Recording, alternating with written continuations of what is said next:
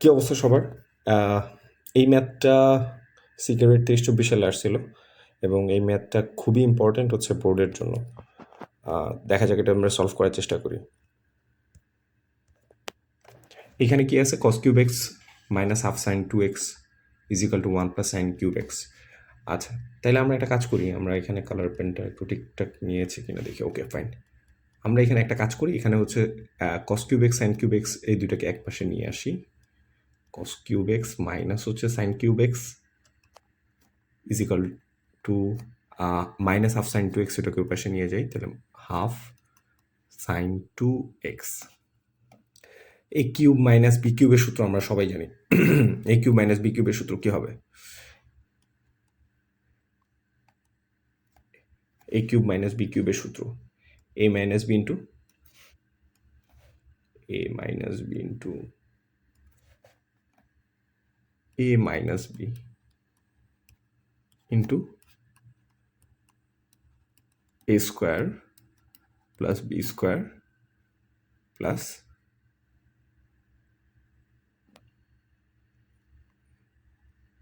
A B square plus A B plus B square.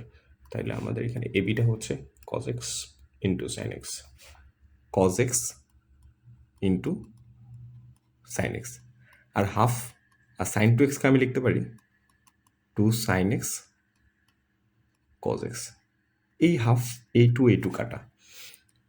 তাহলে আমরা এখানে cos x minus sine x যেমন আছে তেমন থাকুক, cos x minus sine x যেমন আছে তেমন থাকুক। এই কজ স্কোয়ার এক্স আর এই সাইন স্কোয়ার এক্স মিলে হচ্ছে 1 plus cos x sine x. আর এই পাশে আছে sine x plus cos x plus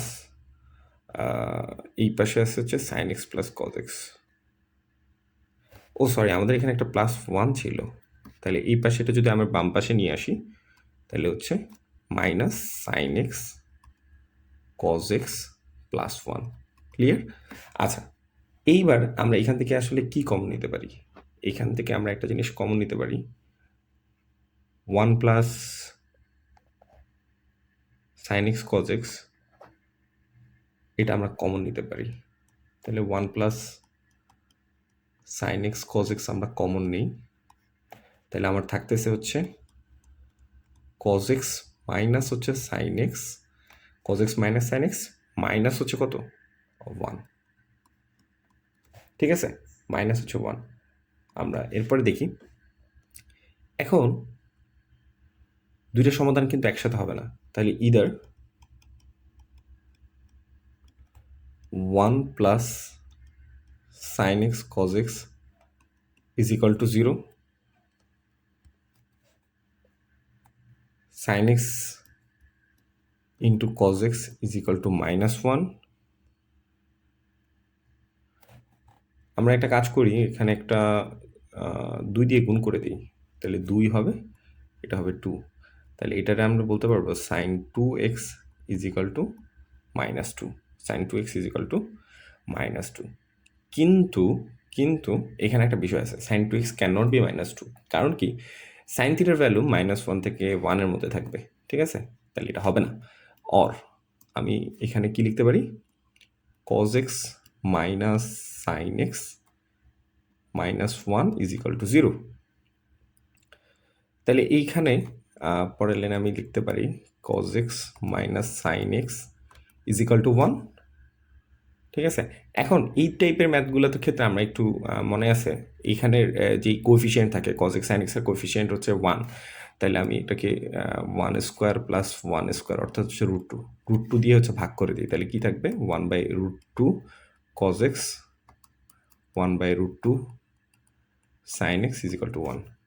তাহলে আমরা এখান থেকে বলতে পারবো, এখান থেকে আমরা চাইলে বলতে পারবো, এটাকে লিখতে পারবো cos π/4 cos x, এটাকে লিখতে পারবো sin π/4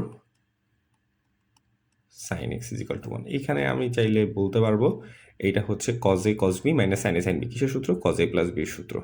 তাহলে cos π/4 plus x is equal to 1। 1কে আমরা চাইলে লিখতে পারবো cos কজ 0, সরি এইখানে তো রুট হবে, তাহলে এটা আমাকে বলতে পারবো π/4। তাহলে cos theta is equal to cos alpha হলে থিটা কি, আমরা এখানে একটু জায়গা নিয়ে নিই। ওকে, তাহলে থিটাটা হচ্ছে অর্থাৎ π/4 প্লাস হচ্ছে এক্স ইকুয়াল টু হবে 2nπ plus minus alpha, 2nπ plus minus alpha, আলফার ভ্যালু হচ্ছে π/4, where n belongs to integer. এখন এখান থেকে আমরা চাইলে এক্স এর ভ্যালুটা বের করে নিই। X is equal to 2nπ plus minus π/4 minus হচ্ছে π/4। তাইলে এখানে দুইটা ইয়ে হবে, একটা হচ্ছে এক্স এর ভ্যালু যদি আমি প্লাস নেই তাহলে π/4 ক্যান্সেল আউট হয়ে যাবে, তাহলে 2nπ থাকতেছে, আরেকটা ভ্যালু থাকবে এক্স এর আরেকটা ভ্যালু থাকবে, এক্স এর আরেকটা ভ্যালু যেটা থাকবে সেটা হচ্ছে 4n-1, এটা আমরা ক্যালকুলেশন করলে এটা পেয়ে যাবো 4n-1 π/2। তাহলে এই ম্যাথটা হচ্ছে সিকিউরিটি তোমাদের আসছিল এবং হচ্ছে এই ম্যাথটা খুবই ইম্পর্টেন্ট বোর্ড কোশ্চেনের জন্য।